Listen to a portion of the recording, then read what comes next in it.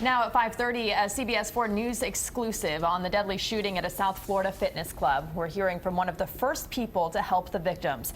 That Good Samaritan, former Miami-Dade Mayor Carlos Alvarez. And tonight he is telling us this deadly rampage could have been even worse.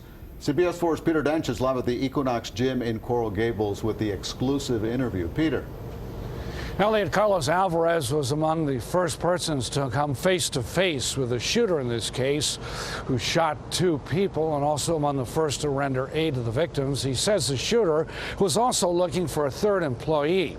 Now, Carlos Alvarez was with Miami-Dade police for 28 years and was director for 7 of those years. When this happened, his instincts kicked in. It was surreal. I've been in law enforcement for most of my adult life. Carlos Alvarez is stunned by what he saw inside the Equinox Gym.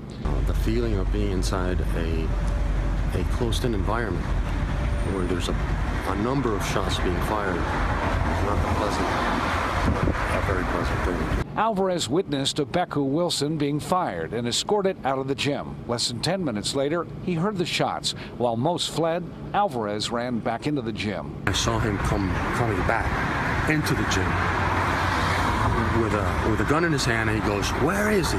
Alvarez says Wilson was looking for his best friend of 12 years, a personal trainer who had told him he was being fired. He was walking into the gym, and I was maybe 15 yards from him. He looked at me, I looked at him, and he was looking for the 3rd person that had been involved in his termination. That man heard the shots and took off. Moments earlier, police say Wilson had walked in the front door and shot fitness manager Mario Hortis and general manager Janine Ackerman. I realized that I was going to find a number of people shot. That was on my mind. Alvarez went to Ackerman first and tried to comfort her and stop the bleeding.